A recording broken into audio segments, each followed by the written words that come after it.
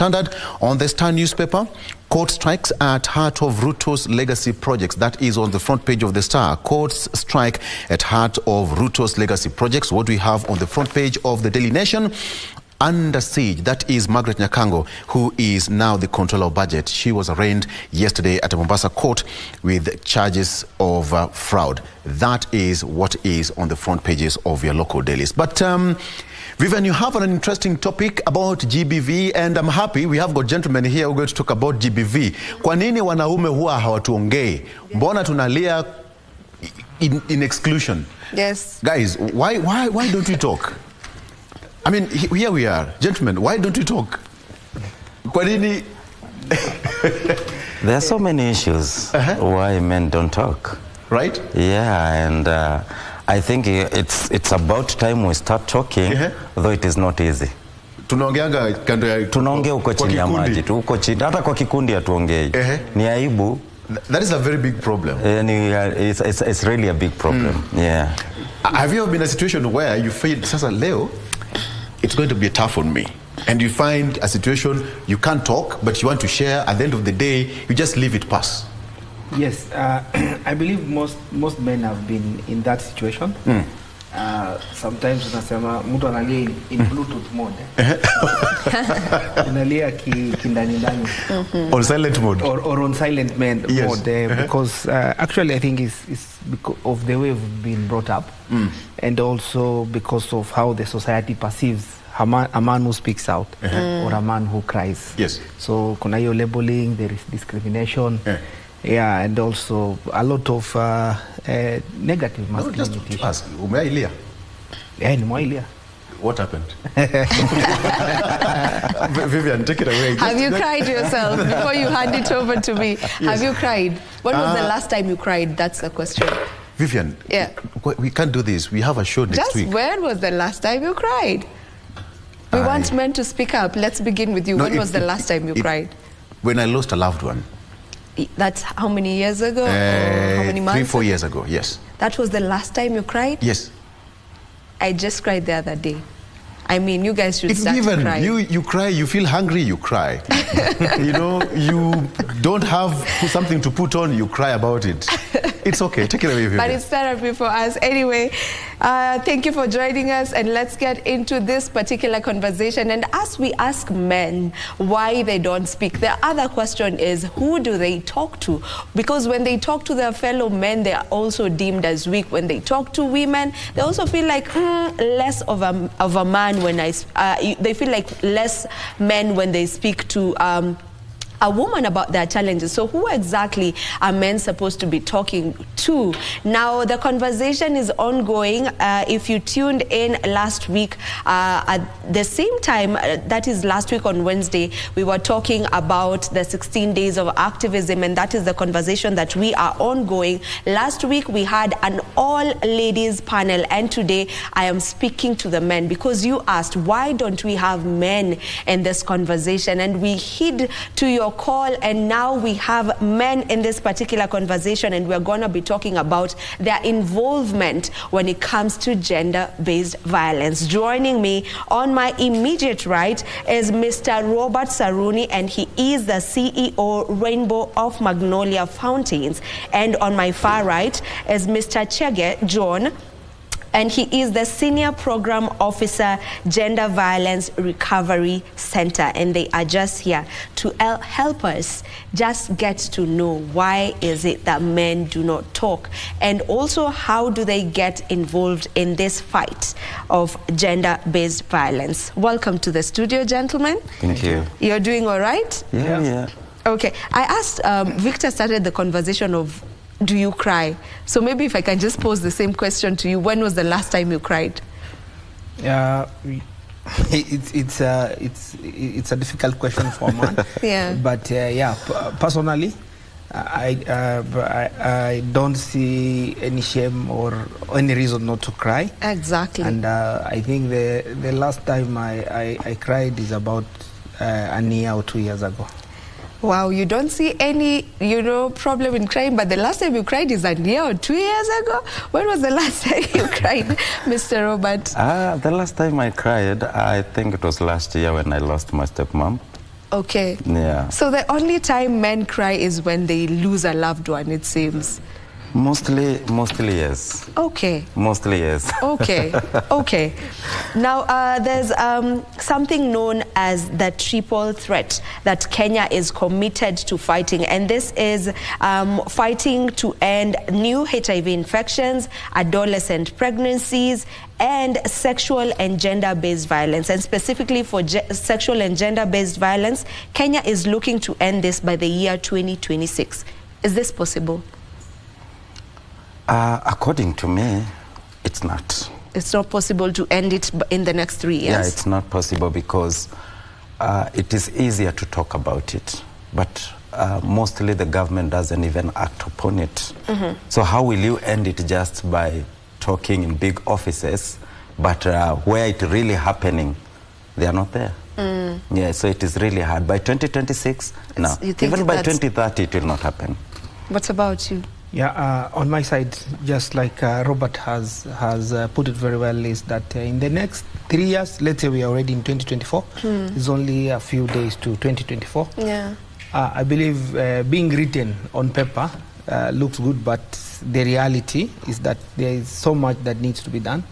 I know we have wonderful plans, wonderful laws in place, but then now translating that and given that we have 2 years to do this is something that has been there for a very, very long time, in as much as there is progress that has been made towards addressing gender-based violence, including the generation equality commitments that the government has done, and several other treaties that we are party to. I believe now, in as much as there's been progress, but there's still so much to be done, because as you've clearly put it on the triple threats, GBV is still on the rise. Yes. I don't think it's possible to do this in the next 2 years or so, because again, we are dealing with a lot of historical issues that include changing gender norms as we know them, and that's a significant effort when you want to address harmful practices, stereotypes, some of traditional norms that we've grown knowing. So I believe it's possible, yes, to have a GBV-free society, but not in the reality, next 3 years. Yeah, it will take long. What is standing in the way of completely eradicating GBV, gender-based violence? What is standing in the way? What is yet to be done? Or how do we get to a point where we are a society that has completely defeated this menace of GBV? Thank you. If I can go first, I believe we need to look at the root causes of GBV, and these issues are still surrounding us as a nation. One of them being, the gender inequalities that still exist. So we still need to tackle the issues of gender inequalities in totality. Then we also need to do a lot of awareness and education, including capacity building. When you are talking about issues of abuse of power, or how people in positions of power, probably male or female, that are actually perpetuating issues of gender-based violence. Then there is a whole spectrum of human rights. So I believe if you're able to take care of the three and address them adequately, then we will make very significant progress in terms of addressing this towards a GBV-free society. So right now there is that, and again, there is the issue of what happens after GBV has happened. There is still issues of impunity. There is still challenges with issues of access to justice. You get people that just go scot-free when it comes to repeat offenders. Yeah. All right. Mr. Robert, how do we fight gender-based violence, speaking as a man? When we talk about the GBV, it cuts across both genders, yes, female and male. And society, myself included, we've been trying to help the girl child, and we forgot about the boy child. And the way he's growing up, being abused every day, and the way he has been taught that you should be a man. No matter what happens, you need to be a man.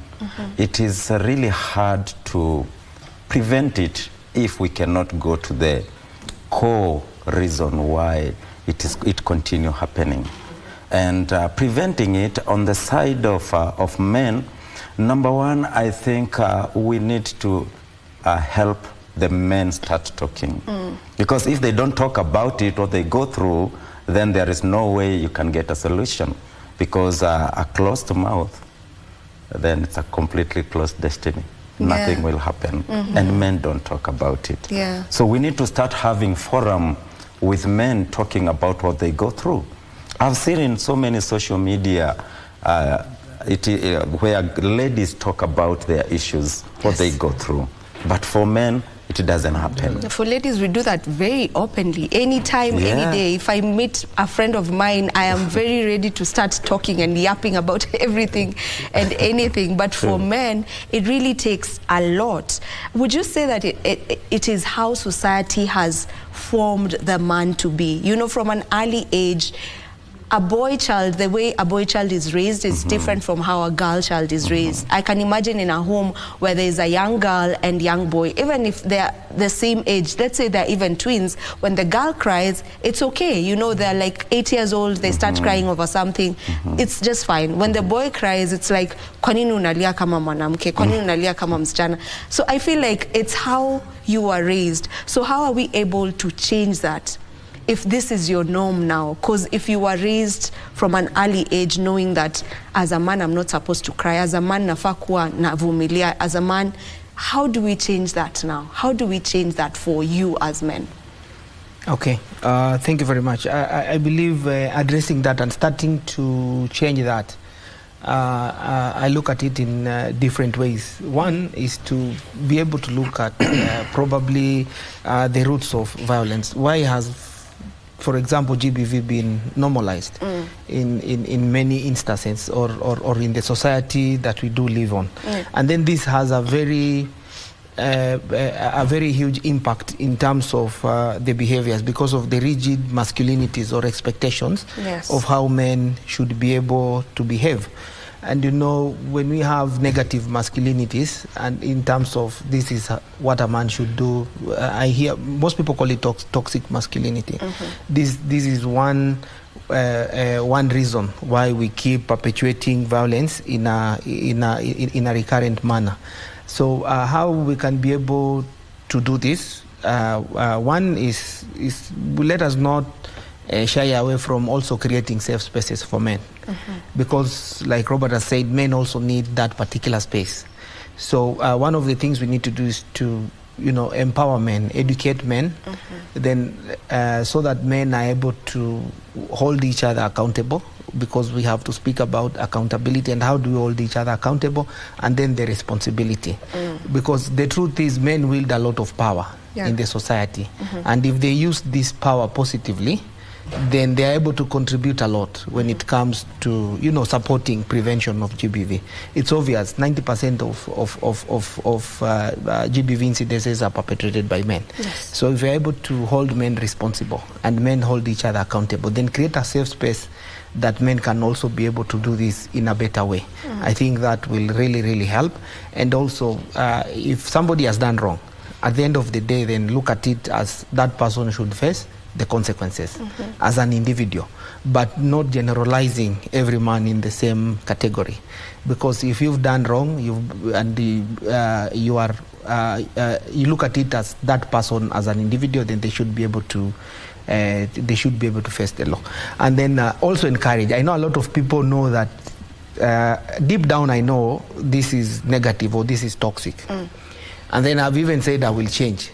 I will try and change, but I've never had the courage to cross the line and also adapt these new behaviors. This is where we can come together as men and ensure that we support each other. And lastly is we have a very, again, a group of boys that is spoken about that may be left behind because there seems to be a lot of focus on the girl child. But then the truth is we need to model the boys. We need to model them. And role modeling means that men need to be actively involved. Men need to, you know, publicly denounce GBV and also show boys what it means to be a man. So we also need to do that behavior modeling for young boys so that even as they grow, then these are some of the traits that they have already picked. You know, we need to teach them positive traits in terms of like empathy, compassion, you know, and also how to communicate, healthy relationships and respect, which is very important for young boys as they grow. It may be a challenge trying to change Robert because he's already a grown up. Samaki mkunji angali mbichi. So if we're also able to focus on the next generation, then we'll be able to make a lot of progress. Yeah, and speaking of the focus on the boy child, you know, as you have mentioned, a lot of focus now is on the girl child. But where are you men to focus on the boy child? Because most of these initiatives for the girl child are by women. So even when we have these conversations, I see on social media people complaining, oh, you've forgotten about the boys. You know, everyone is just looking to empower the girl. What about the boy? I mean, who's going to marry this girl that has been empowered? You know, because these boys that are being raised are not as empowered. But where are the men in this? I mean, where are you to take up that challenge of empowering these young boys? If I may, thank you. When it comes to raising the boy child, and as I said earlier, they have been forgotten.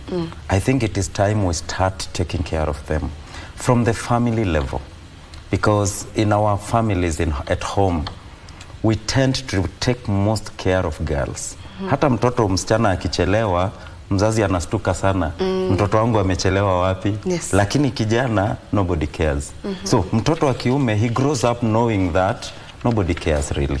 What I do, it's my thing. Nobody cares about me. They all care about girls. Even most of the organizations, they are just about girls. It is time we start organizations that will help the boy child.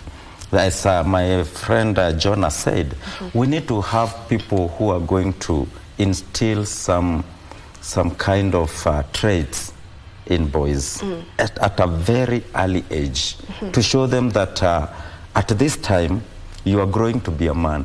But being a man does not mean you are more powerful than a girl. Being a man does not mean you are like a stone, you don't have feelings. You can express your feelings. Yes. You can talk about what you feel.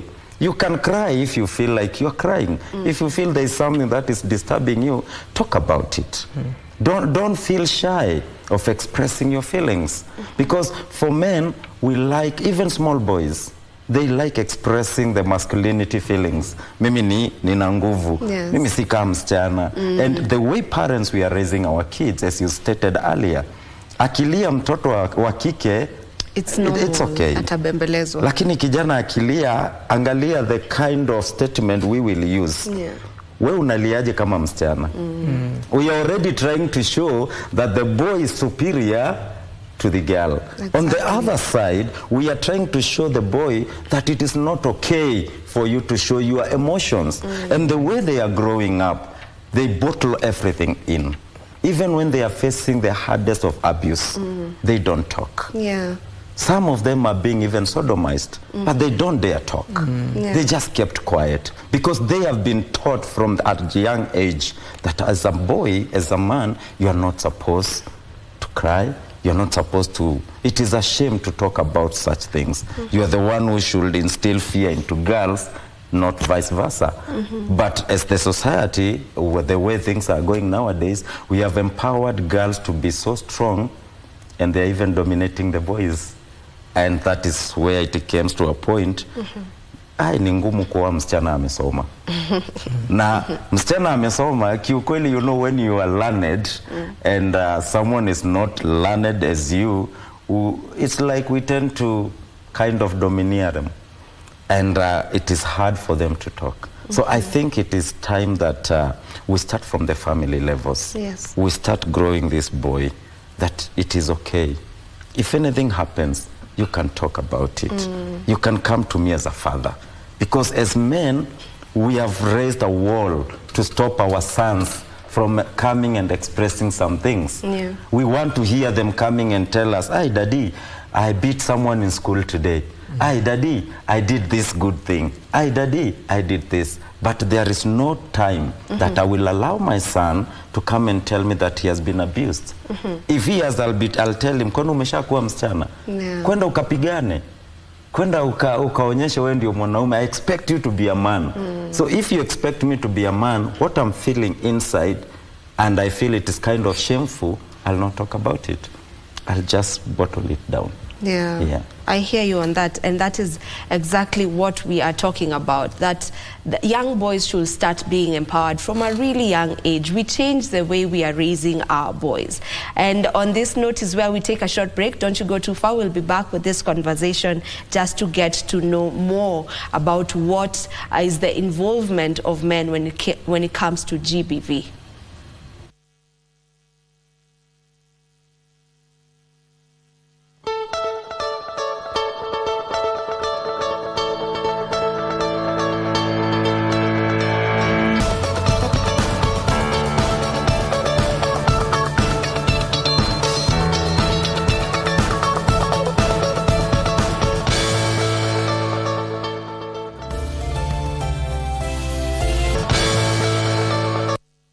Thank you for joining us. Our conversation is on gender-based violence and how we get the men involved. And I am joined by Mr. Robert and Mr. John for this particular conversation. Now, Mr. John, you had mentioned earlier, according to statistics, 90% of the violence against women that we are witnessing are perpetrated by men. I mean, men are the perpetrators.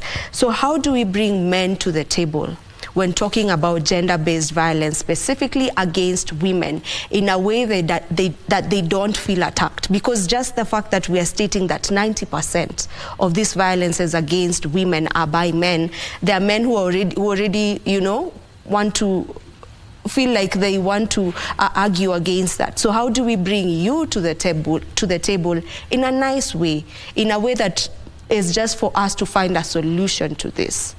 Okay, thank you very much. Yeah, you're right. The best way to look at this is not look at it as an issue of men versus women. Yes. Because we have to look at it in terms of how can we all work together. And also just dispel the notion that GBV only happens to women and girls. Also men can be abused. Also, we have men who are survivors of gender-based violence.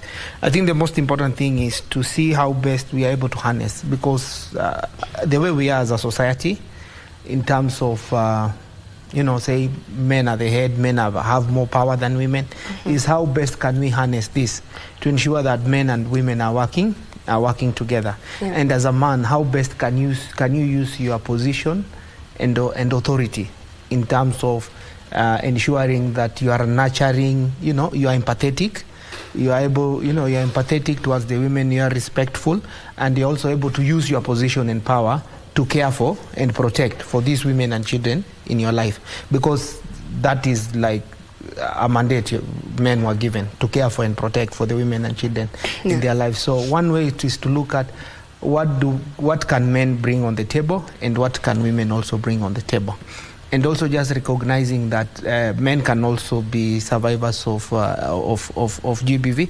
It's not only women and children. And the best way also to look at it is, at some point you just have to forget about being a man or a woman. The most important thing is you're a human being. That's the first thing. And as a human being, you have some innate rights. Including freedom from all forms of GBV. So looking at it like that first, that all of you are human beings and nobody deserves to harm the other, then that also, you know, gives us a mileage. And maybe just also a quick rundown to show that everyone deserves this, to be protected from GBV in all its forms, is that for the last 3 years, let's say since 2021 after COVID, for COVID the numbers were high, but let's look at 2021 to now. At GVRC we've seen over 10,461, but of these 10,000 numbers, 1,040 is actually men, men and boys. Out of 10,000? Yes, men and boys account for about 1,040. So, and even when you look at sexual violence itself, from 2021 up to now, you find that men account for 4% of all sexual violence cases we've seen. And of the numbers I've said, 67% of those incidences is sexual violence. But then of this sexual violence, you get that a whole 4% is men who've been gained courage to report, and 7% is boys. When it comes to physical violence, hata wanaume pia wanachapwa, because you've seen those that have come forward to seek treatment is actually 3%. So you understand that now it's only because of those barriers that men are not able to speak out.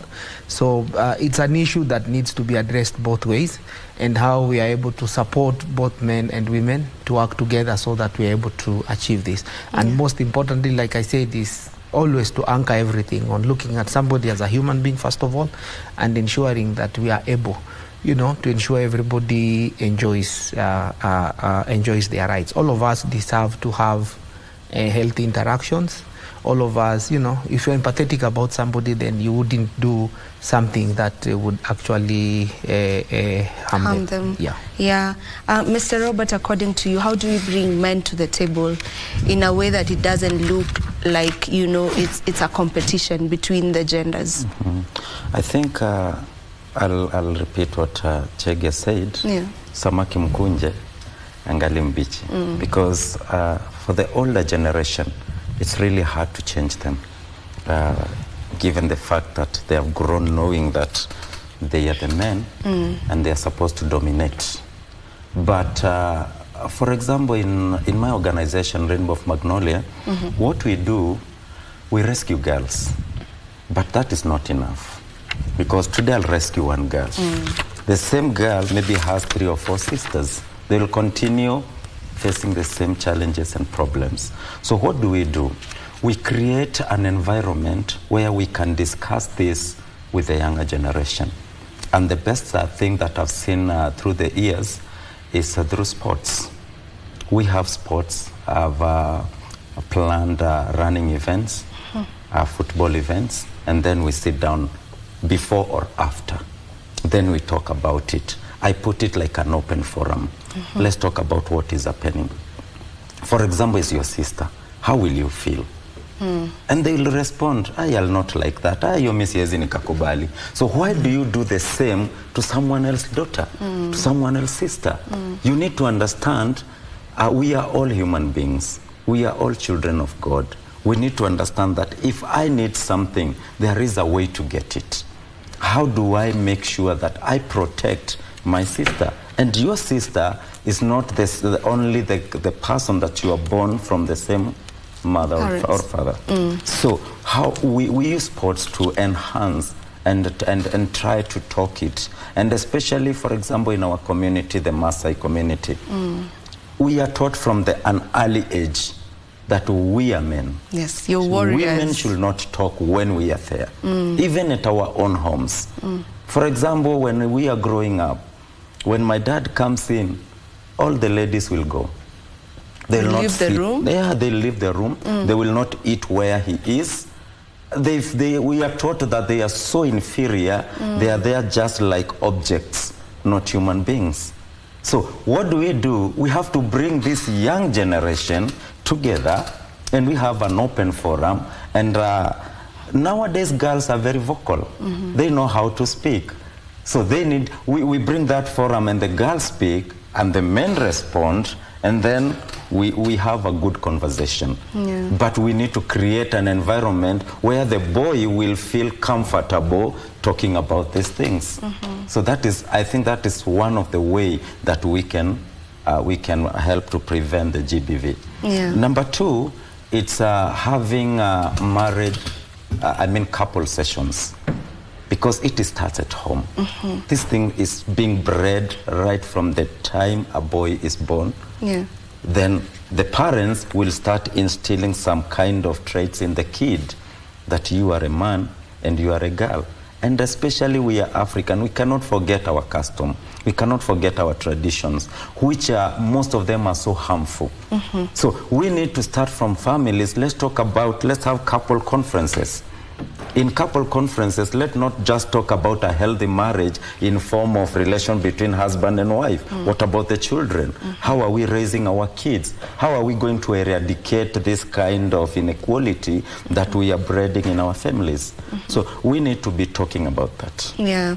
And you know, when we talk about gender-based violence, I want to put it out there that it is not a gender thing in terms of it's only women who get violated. You know, gender-based violence is entirely a violation against human rights, you know. And going with the numbers, 1 in every 4 women have been violated in their lifetime, and 1 in 7 men. So the men are also being violated, just as you mentioned. It's just that they don't come out to speak about it. And it's because of the shame, you know, that has been put, you know, around that even when you go to report, from the moment where the place where you're going to report this matter, I mean, you'll find a police officer asking you, wewe mwanaume ukachapwa na bibi aje. So how do we demystify that? I mean, because it's from all corners. I actually feel for men, because it's from all corners. So where are we supposed to go speak? As men, where do you go speak? Thank you very much. I think it's very important when even most of these programs are being designed, that it's very important that you also think about men and boys, involve them from the design level, so that you don't assume anything, so that their voice is also heard from the start. And then when you're speaking about the comprehensive support system, there is a lot of education and awareness that needs, you know, to be passed. What strategies are we using to be able to change this? If you are a duty bearer, let's say a police officer or somebody working in, you know, in the health service, and it's a man who's come to report, then let us not assume that everybody is equipped for that, because ideally we come with so much biasness even before. There is a way I know a man cannot cry, a man cannot report, but then now we need to deconstruct that. We need to start unlearning some of these things, especially if you're in service provision and you're supposed to assist everyone equally, then we need to address those biasness. Now we need also to do, you know, train everybody again on inclusion, in terms of how do you handle a man if it's a man that has come. How best are you able to address the needs of this man? How best are you able to address the needs of this woman? I know we are trying, a lot of partners are also trying, in terms of training police, you know, judiciary, health service providers, but then so that we're able to overcome first our own individual biasness that we've grown up with, so that if, you know, the way you handle a man, probably you may need to take care of that first. And also the approach may be a bit different. So we need to be able to train people on, you know, demystifying and also taking care of that biasness. Then also giving a platform in terms of letting men and boys also, you know, have their voice heard in terms of what they need done, and also give feedback in terms of how all these services are able to, you know, to help or respond to their needs. So that will really help in terms of demystifying that, and, you know, getting that kind of connotation or comments that people get. You know, actually it's true. You may go to a police station and get that feedback. Then that's the end of it. Then we also need to address stigma. The community, we need this calls for a very, you know, a very well thought community engagement plan. How we engaging the community when it comes to addressing GBV in totality, and letting them, you know, appreciate the magnitude of GBV even when it involves men. Otherwise, men will keep quiet.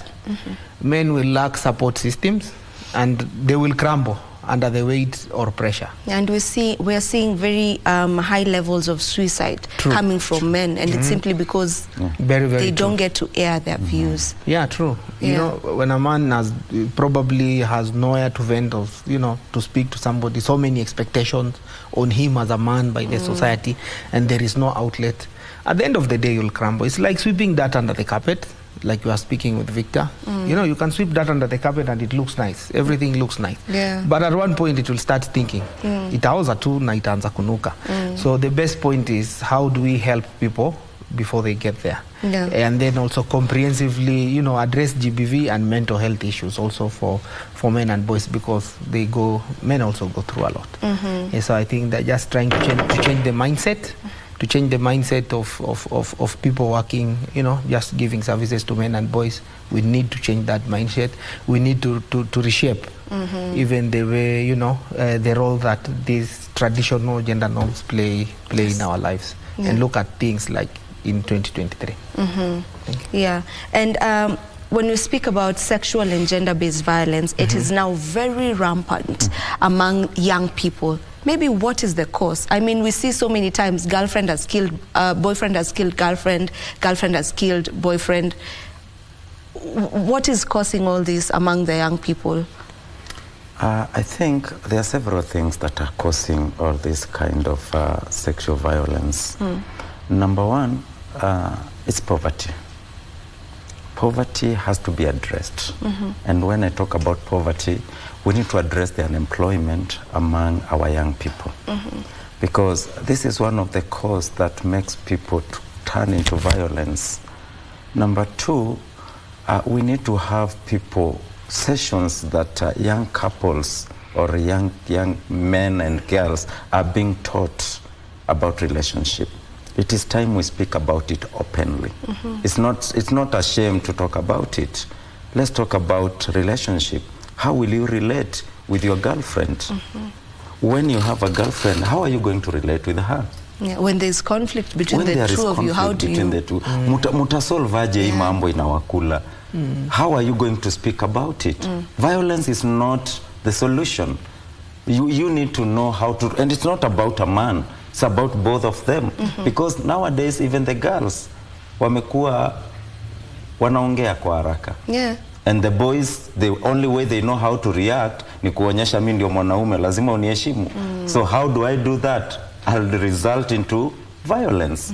And it happens that most of the men who kills their girlfriends is because they enter into a relationship, but really nobody talks about it. They don't know even what they are entering into. They know that a relationship is, I feel some feelings for you, we come together, we have sex, and that's it. But it is, in a relationship, there's more than sex. There are so many things that we need to talk about. There are so many things that youth need to understand about relationship and about how they need to proceed with their lives. So I think it is important, and especially for the people like Mr. Chege, who are doing this good job of trying to stop gender-based violence. It's not just about recovery. Waswahili wanasema usipoziba ufa utajenga ukuta. So we wait until things are too much, imeenda overboard, ndio tunajaribu kuzuia. We try to arrest, we try to blame this, we try to... Why don't we have ways of stopping it from happening?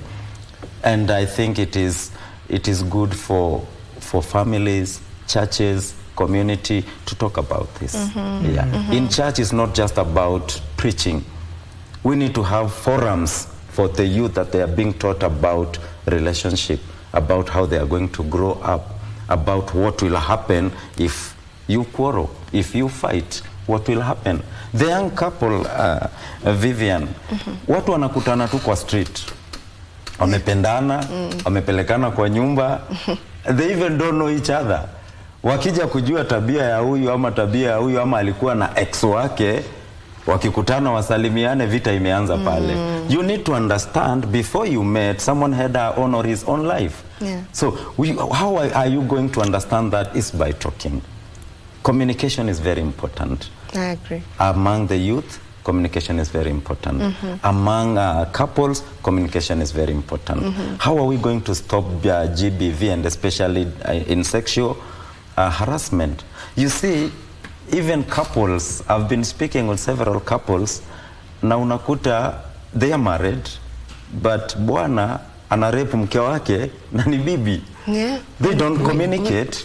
They don't talk about rape in marriages, because they happen. They happen. Actually, they are so rampant. They happen a lot. But there's no one who talks about it. So we need to start talking about it. We need to educate them. We need to have forums where the youth will talk about this.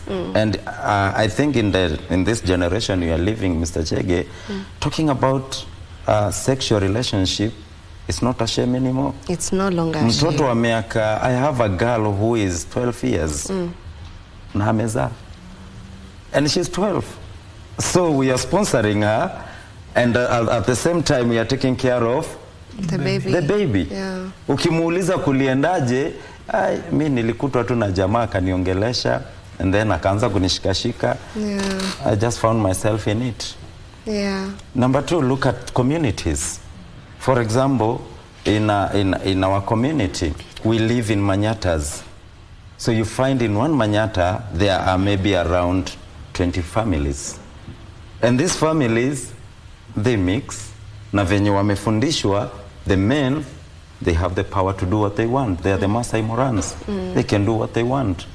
So, msichana anapata ujauzito, but hata ajui mzee ni nani, ajui baba ya mtoto ni nani. Yes, she has slept with this guy, he has slept with this guy, he has slept with this guy. And on the media, we know that hivi tu imeishaga.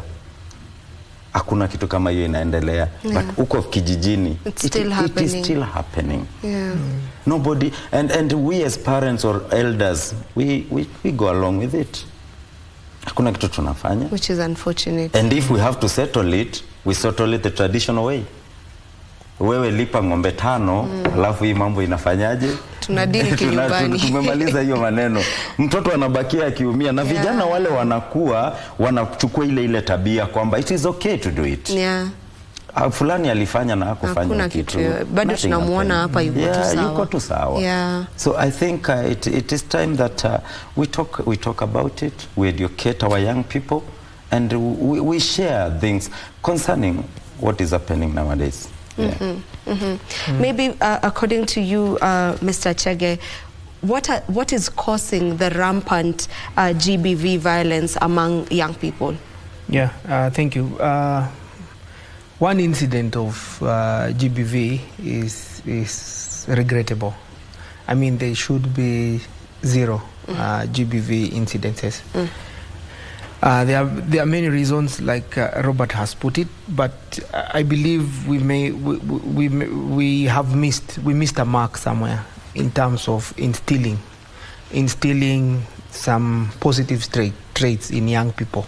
When you see violence escalating to homicide very quickly, like you've put it, then like I said, that is very sad. It should not happen. And some of the contributing factors that surround it is, one, contributing factor would, inadequate awareness in terms of understanding GBV, even for young people. It's very hard for me to just beat you the first time and kill you. There is a cycle. So if people are able to understand the cycle of violence, it begins with harsh words, pushing, shoving. I say I'm sorry. I slap you. I say I'm sorry. I buy you ice cream. So but the severity of violence keep worsening. So if you are not able to read the red flags, then the one route you may be headed, and we've seen this as GBV, is death. It may result in death. That is one way. If somebody doesn't die, the cycle continues. So there needs to be a lot of people understanding what gender-based violence is and how GBV manifests itself in terms of that particular process. And then the second thing is, we missed a lot of modeling when people are younger, or even for the youth. Nobody's talking about the youth. So how do they even understand what a healthy relationship is? And do they have avenues of conflict resolution? If you have a conflict, how do we resolve it? Then how can I remain respectful in terms of this? And then the other thing that may be leading to a lot of violence again among young people is just that lack of understanding and lack of respect for human rights. You are looking at this other person probably as a tool, or to dominate, to control, or to use. And when that is challenged, then it results in violence. So a young person who has no idea what human rights is, and cannot be able to respect GBV, then that one is it's very easy for them to perpetuate issues of gender-based violence. Then lastly, I also believe people are going through a lot right now. There is a lot of expectations in relationships. Relationships have also become expensive. If you try to cost relationship, especially in Nairobi, maybe just communication, you need about 1,000 bob per week. You know, there's too much expectations, and somebody may feel like I'm not being, if the expectation is not met, then there could be a clash because of one reason or another.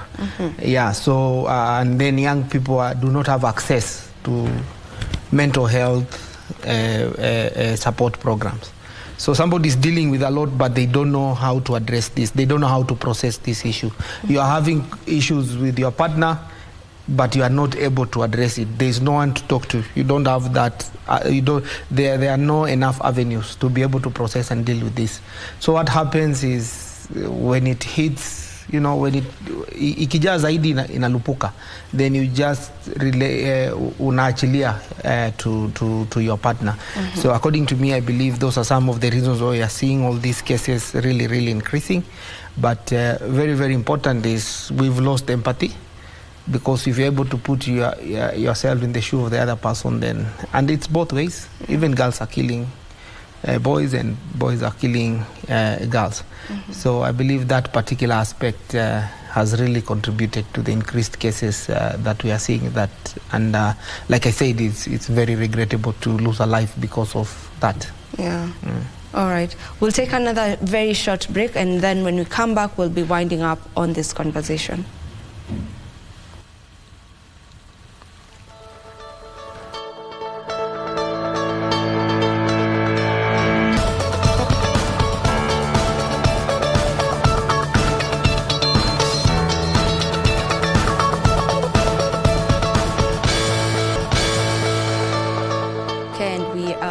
Welcome back, and thank you for staying with us. Now, Mr. Robert, you're the CEO, Rainbow of Magnolia Fountains, and I mean, you deal with young girls, yes, who are in the Maasai community.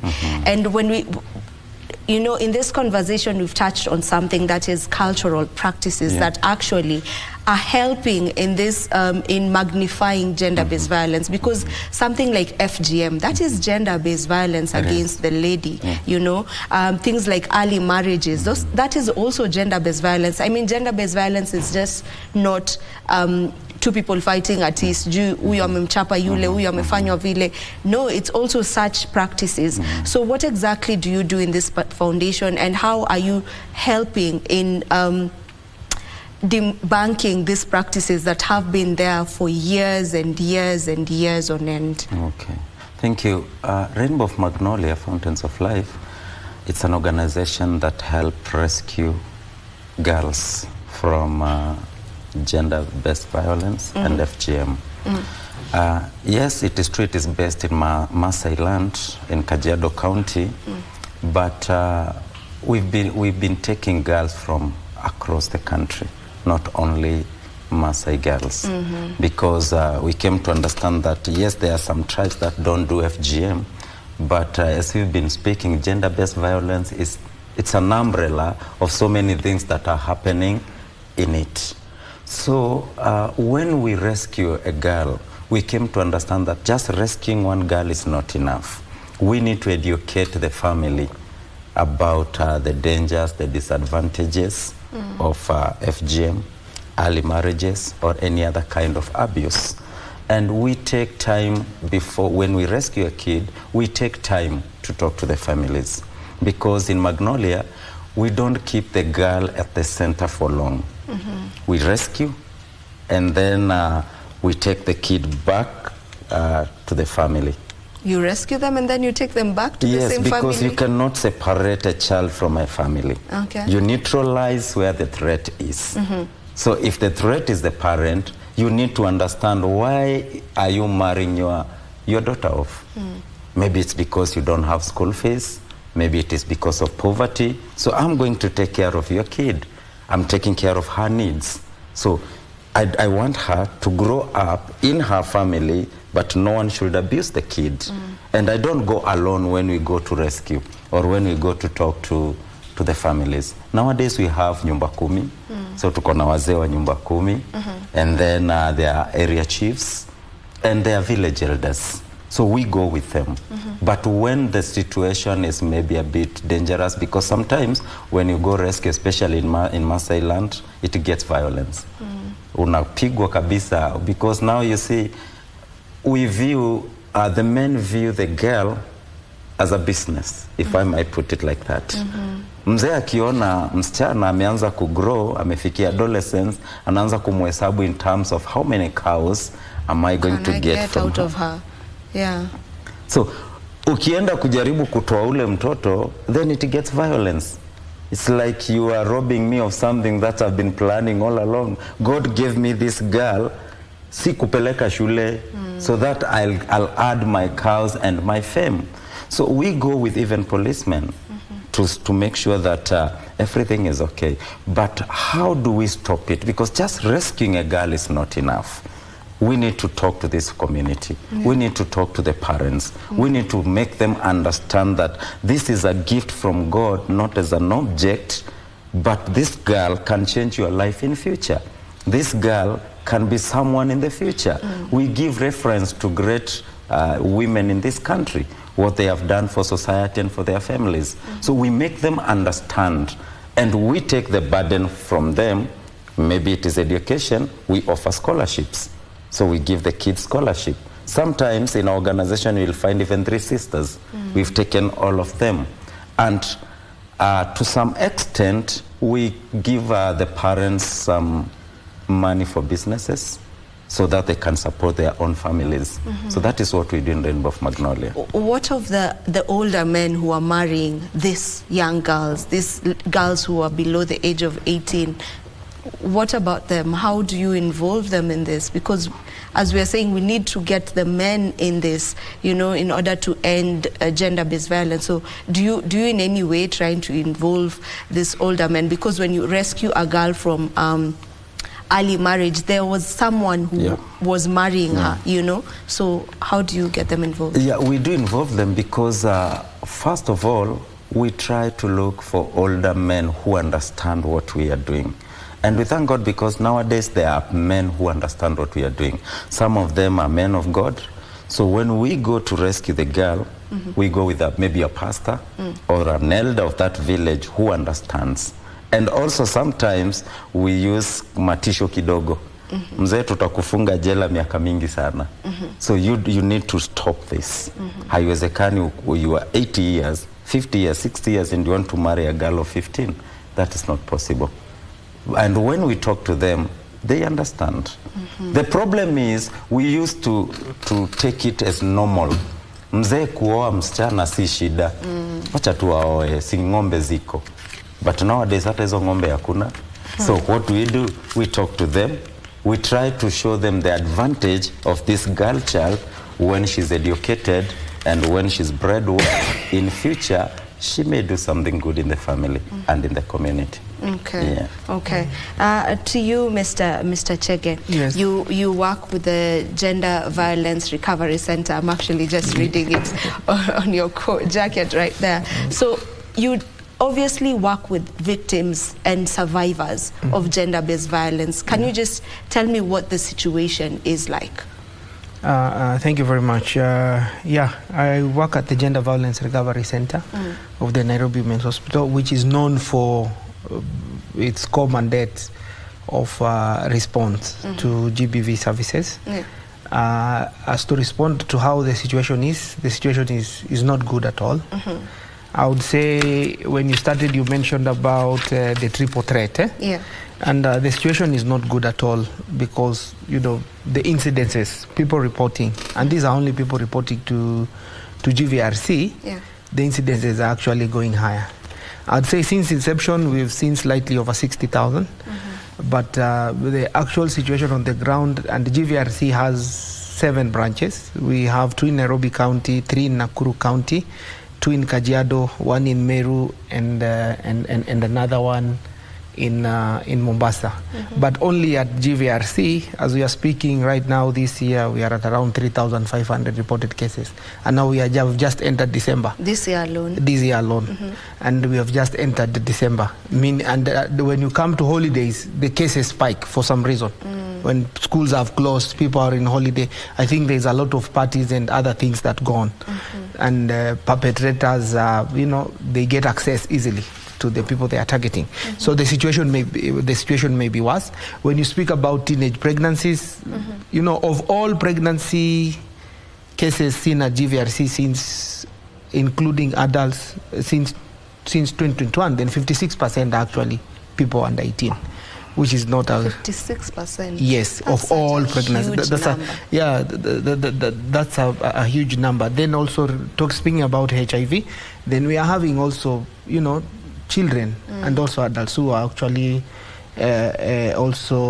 returning HIV positive results. So the situation is bad. I'd say as a country, when it comes to GBV issues and the triple threat, the road we are on, sio barabara. We are not on the right track. We are not on the right track. So a lot needs to be done to be able to address this particular situation. And the biggest issue when people speak about teenage pregnancy, like colleague Robert has just said, we only speak of mostly the girls who are pregnant. But we forget that is defilement. If you are under 18, that's classical GBV. If you are under 18, then there is no way you would have consented to a sexual relationship. Then even if we say that you are a teenager who's become pregnant, but somebody behind it actually abused this girl. So these numbers is actual people who've been defiled. But sometimes we only want to speak of sexual gender-based violence. Yes. But remembering, even those ones that got pregnant, that's defilement. And some people are responsible for that. There are actually real people behind it that we need to also address that particular issue or situation. So the situation is not looking good, but we are also trying. And I know those are only GVRC numbers. We also work in over other 15 counties with the donor-funded projects. And we're also working with county governments to help them establish a replication of what GVRC has within Nairobi Women Hospital. So we have gender-based violence recovery centers in most public health facilities. And if you see the numbers reported there, then add to the ones we have, then try get the national data, then you'll see that the situation is not good at all. And that's why if we are to make any meaningful progress and development, then this needs to be addressed. Yes. And just as you say, the situation is not okay. It is not. We are not on the right track. And you're speaking from a point where you have real data, and you work with these people. When you're talking to these survivors, do we have people that are being put behind bars? Because even as we are working on recovering the survivors, do we have people who have been put behind bars? I mean, the perpetrators. I would say that also within the GVRC program in totality, of course, under GBV response, we have medical treatment. Then we have psychosocial support, which psychosocial can be expanded, includes issues of taking people to shelter, like where Robert is, but also access to justice. So our doctors provide expert testimony in court to help support survivors who've been seen in health facilities. That happens in most places. I would say from our side, yes, there is progress. We are seeing convictions. Convictions have increased, only that I haven't gotten the number. But if anyone needing information can always reach out and you can share. Yeah, there are convictions. The only challenge has been is this process is long and tiresome. But of course, judiciary has made some, some recommendations, especially to expedite these issues of GBV cases, especially on violence against children. So yeah, there is progress. We are seeing people getting convictions, but just one example is, I know we've had a conviction of 25 years, another I think 15 years, just within the last 6 months. So the point is to ensure we do this correctly and encourage people to follow through the process, not just to end it at medical. Yeah, so the government is actually looking at GBV as a very serious offense, and would like to, sustain that momentum and even increase the sense of sensitivity and importance of addressing this. But the truth is, if you are found guilty of GBV case, then the road you are headed is actually jail. I can comfortably say that we've seen convictions, and to encourage other people to come out and report. Speak up. Yes.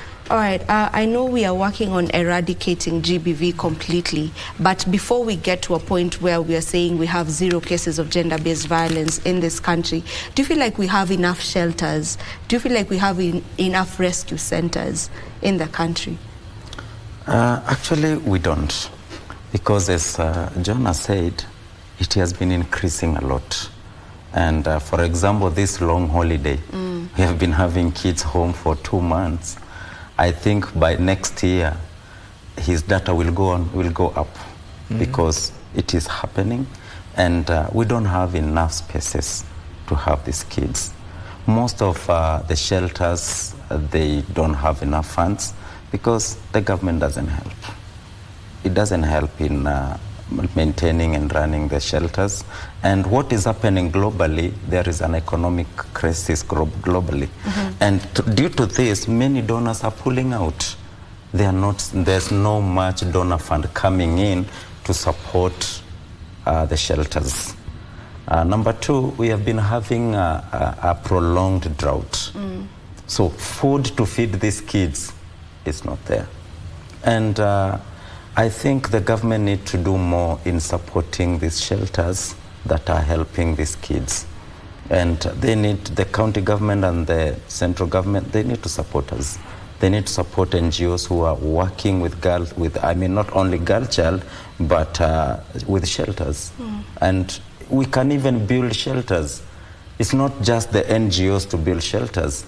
I believe even every county should have several shelters that are run by the county governments that are to help rescue the girls.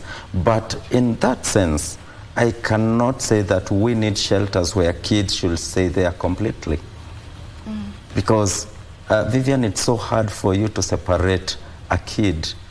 There have been some cases where children are kept in a shelter for more than 10 years. Hajaenda nyumbani, hata akikutana na mtoto brother yake ama sister alimwacha akiwa mdogo, hamjui. Why? We just keep them there. It's not a prison. It's supposed to be a shelter for a time being. Because I believe even if I rescue a girl, there are relatives.